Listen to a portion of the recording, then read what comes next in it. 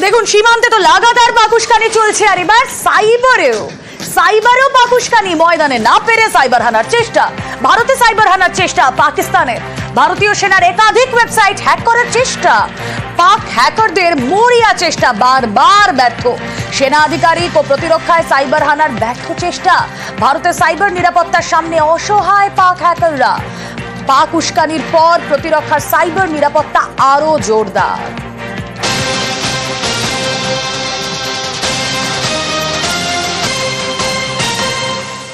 পাঞ্জাবে গ্রেফতার পাক নাগরিক, অনুপ্রবেশের অভিযোগে গ্রেফতার। গুরদাসপুর থেকে জালে পাক নাগরিক, কি উদ্দেশ্যে ভারতে প্রবেশ তদন্তে পুলিশ।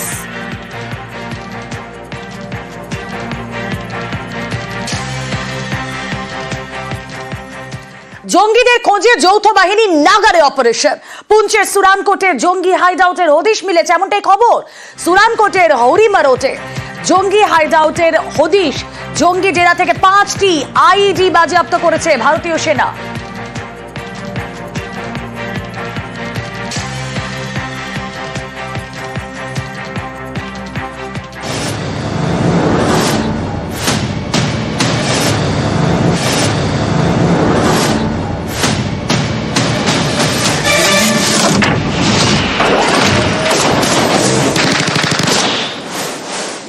জঙ্গি জব্দে অল আউট অ্যাকশনে ভারত। সেনার অনুমান এখনো কাশ্মীরে গা ঢাকা দিয়ে রয়েছে পেহেলগাঁওয়ের জঙ্গিরা।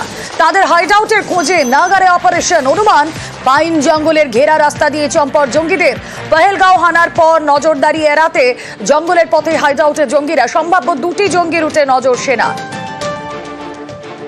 সম্ভাব্য প্রথম রুটে পেহেলগাঁও থেকে দক্ষিণ কাশ্মীরের কোকরনাগ হয়ে গা ঢাকা দিতে পারে জঙ্গিরা। কোকরনাগ রুটে দকসুম সিনথান টপ হয়ে পীরপঞ্জলে যেতে পারেন তারা। সেনার অনুমান পীরপঞ্জলের কোনো হাইডআউটে গা ঢাকা দিয়ে থাকতে পারে জঙ্গি, কারণ পীরপঞ্জলে একাধিক জঙ্গি হাইডআউট। একে দুর্গম পাহাড়ি এলাকায় হাইডআউটের খোঁজ কঠিন, তার উপর সেনার সমস্যা বাড়িয়েছে গত কয়েকদিনের লাগাতার বৃষ্টি। বিকল্প আরো একটা রুট, জঙ্গি রুট, নজর রাখা যাক সেখানে। সেখানে সেনার রয়েছে। উত্তরের পথ ধরেও পালিয়ে থাকতে পারে জঙ্গিরা। ত্রাল, দাচিগ্রাম, হারওয়ান হয়ে কুপওয়ারায় জঙ্গিরা। ত্রালের রুটে কুপওয়ারার লোলাও ভ্যালিতে গা ঢাকা দিতে পারে জঙ্গিরা। লোলাও ভ্যালিতেও হাইডআউট রয়েছে বলে খবর। সেনার অনুমান সীমান্তে কড়া নজরদারি থাকায় পাক অকুপাইড কাশ্মীরে পালানো সম্ভব নয়। সেক্ষেত্রে কাশ্মীরেই কোনো হাইডআউটে আশ্রয় বলে অনুমান।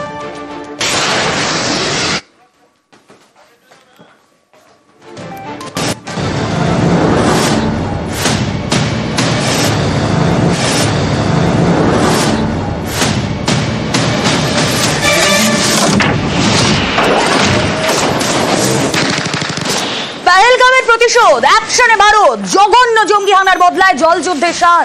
পাকিস্তানকে হাতে ভাতে মারার ব্লুপ্রিন্ট। সিন্ধু চুক্তি স্থগিতের পর এবার চেরাগ, ঝিলামের জলে কোপ। রামবানের বাগলিহার জলবিদ্যুৎ প্রকল্পের বাঁধ বন্ধ। ভারত জল না ছাড়লে বিপদ আরো বাড়বে পাকিস্তানের। খরা পরিস্থিতির ভয়ে কাঁপছে ইসলামাবাদ। 8 দিন আগে চেনাব, ঝিলামের বাঁধ খুলে সাবক ভারতের। বাঁধ খোলায় ভেসেছিল পাক অধিকৃত কাশ্মীরের একাধিক গ্রাম। এবার পাকিস্তানকে শুকিয়ে মারার প্ল্যান ভারতে।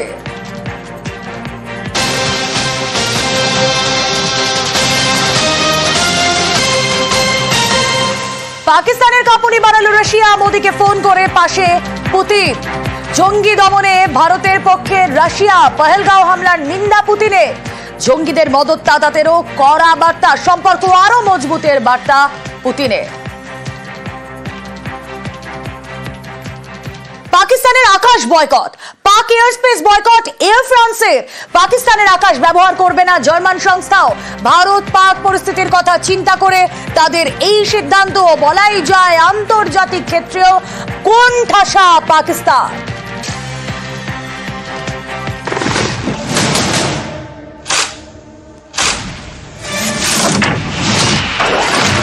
आजमाने की कोशिश की, फिर तो जवाब भी उतना ही प्रचंड मिला। आतंकवाद को धूल समेत उखाड़ने का हमारा संकल्प है और वो सिद्ध होकर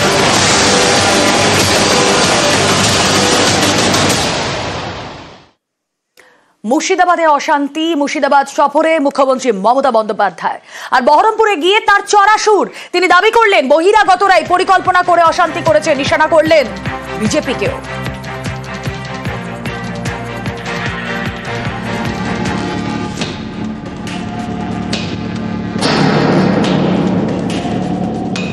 বহিরাগত কিছু লোক এসে ধর্মের নামে বিধর্ম কথাবার্তা বলে, আমি কোনো কমিউনিটিকে এর জন্য দোষ দেবো না।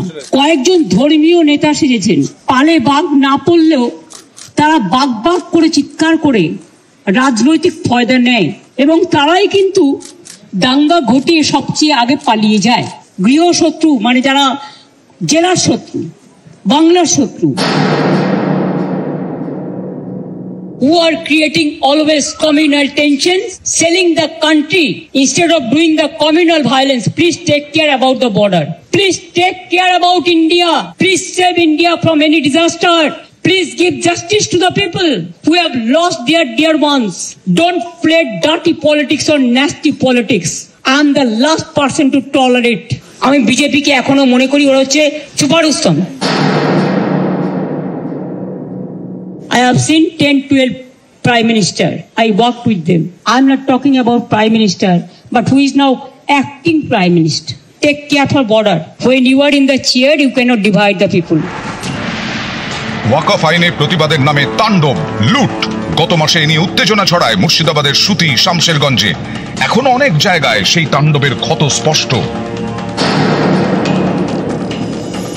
সুতিতে যাব, ওখানে বিডিও অফিসে যারা আমার সাথে দেখা করতে চান, ক্ষতিগ্রস্ত হয়েছে বা কিছু, তারা আমার সাথে কথা বলতে পারেন। সেটা পুলিশ অ্যারেঞ্জমেন্ট করে নিচ্ছে, অ্যাডমিনিস্ট্রেশন। তেহট্টে যে আর্মি মারা গেছেন তার পরিবারকেও ডেকেছি, সুতিতে আসবে। বাড়িতেও যেতাম, কিন্তু যেহেতু বিজেপি ওদের দুজনকে সরিয়ে নিয়ে গেছেন, আমি নয় দুটো পরিবারের সাথে দেখা করে 10 লক্ষ টাকা করে আমাদের কমিটমেন্ট ছিল, হাতে তুলে দিয়ে আসতাম। সাম্প্রদায়িক দাঙ্গা যারা করে তাদের আমরা ক্রিমিনাল বলি, তাদের আমরা কোনো ধর্ম, বর্ণ, জাতি হিসেবে বিচার করি না। মুর্শিদাবাদের অশান্তিতে দুজনকে খুন করা হয়। তারা শামশেরগঞ্জের জাফরাবাদের বাসিন্দা হরগোবিন্দ দাস এবং তার ছেলে চন্দন দাস। শনিবার থেকে এই নিহতদের পরিবার সল্টলেকে এ নিয়ে শামশেরগঞ্জ থানায় অপহরণের অভিযোগও দায়ের হয়েছে। রবিবার সল্টলেকে তাদের জিজ্ঞাসাবাদ করে পুলিশ। শামশেরগঞ্জের নিহতদের পরিবারের সঙ্গে বিজেপি নেতাদের দেখা গেছে। আমি নয় দুটো পরিবারের সাথে দেখা করে 10 লক্ষ টাকা করে আমাদের কমিটমেন্ট ছিল, হাতে তুলে দিয়ে আসতাম। তো আপনারা লুকিয়ে নিয়ে গেলেন কেন? এটা কিডন্যাপিং করে নিয়ে যাওয়া নয়, কাউকে নিয়ে যাওয়া। আমি এসেছিলাম ওদের সাথে দেখা করতে, কিন্তু আমার কোনো দোষ নেই। তাদের লুকিয়ে নিয়ে যাওয়া হয়েছে কেন? তার মানে ডাল মে কি কুছ কালা হ্যায়। বাট যারা দাঙ্গা করেছেন তারা বুঝে রাখুন, আপনারা করছেন দাঙ্গা আর গালাগালি খাচ্ছি আমি। কেন? আমি কি আপনাদের কাউকে বলেছি কেউ কারো বিরুদ্ধে দাঙ্গা করুন? আর বিএসএফ বা কেন গুলি চালিয়েছিল? বিএসএফ যদি গুলি না চালাতো পরের দিনের ঘটনা ঘটতো না, এটা আমার দৃঢ় বিশ্বাস। এই ঘটনা ঘটানো হয়েছে, এসব কিন্তু বাংলা সহ্য করবেন না। আমি কারো বিরুদ্ধে নই, কিন্তু আমি দাঙ্গার বিরুদ্ধে, আমি চক্রান্তের বিরুদ্ধে।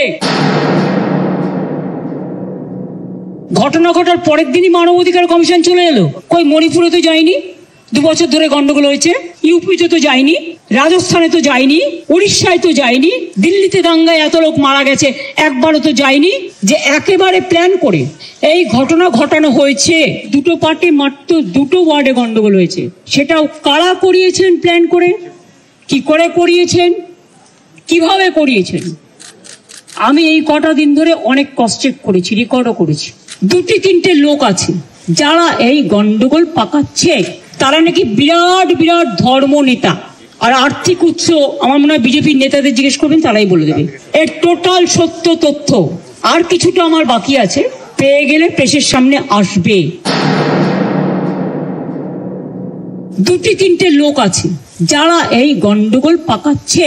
তারা নাকি বিরাট বিরাট ধর্ম নেতা, মানে ধর্মের নামে বিধর্মী নেতা। 2টো মসজিদের ইমামকে ফোর্স করা হয়েছে। তাহলে এখানে কোনো একটা সেবাশ্রম আছে, আপনারা জানেন তিনি কি করেন, তার কি কীর্তি, তার কি কুকীর্তি, তিনি কিভাবে মানুষকে প্রভোগ করে, বেলডাঙ্গা থেকে শুরু করে সুতি, ধুলিয়ান, সব। আমি কিন্তু প্রত্যেকটা কাজ জানি। আমাকে এত দুর্বল ভাবার কোনো কারণ নেই।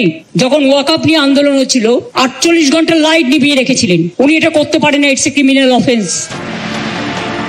নিউজ 18 বাংলা।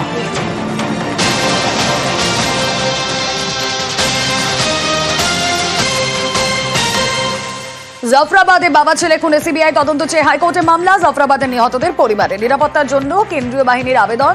শামশেরগঞ্জ থানার পুলিশের ভূমিকা খতিয়ে দেখার আর্জি। হাইকোর্টে এসেছি, আমরা বিচার চাই, আমরা সিবিআই তদন্ত চাই, আমরা বিএসএ ক্যাম্প চাই। বলছেন যখন পুলিশ সব চেঞ্জ করা হয়েছে এখন না না, আমরা বিএসএ ক্যাম্প চাই। ওই বাড়িতে সব ভাঙচুর করে ফেলে দিলে আমরাকে দেখে উঠে কে ও বলছে কি এখানে কিডন্যাপ করে নিয়ে এসেছে। বলছে না, আমরাকে কিডন্যাপ করে আসেনি, আমরা নিজের ইচ্ছায় এসেছি। লিয়ে যেতে এসেছিল, না হলে ও ভাঙচুর করে ফেলবে কেন, জোর করে মনে হয় লিয়ে এই তুলে। এখন তো ভয় এদের কাছে আছে, এখন তো ভয় নেই। তদন্ত করলে কি সত্যিটা বেরোবে না? কই তদন্ত করছে? তদন্ত তো করে না।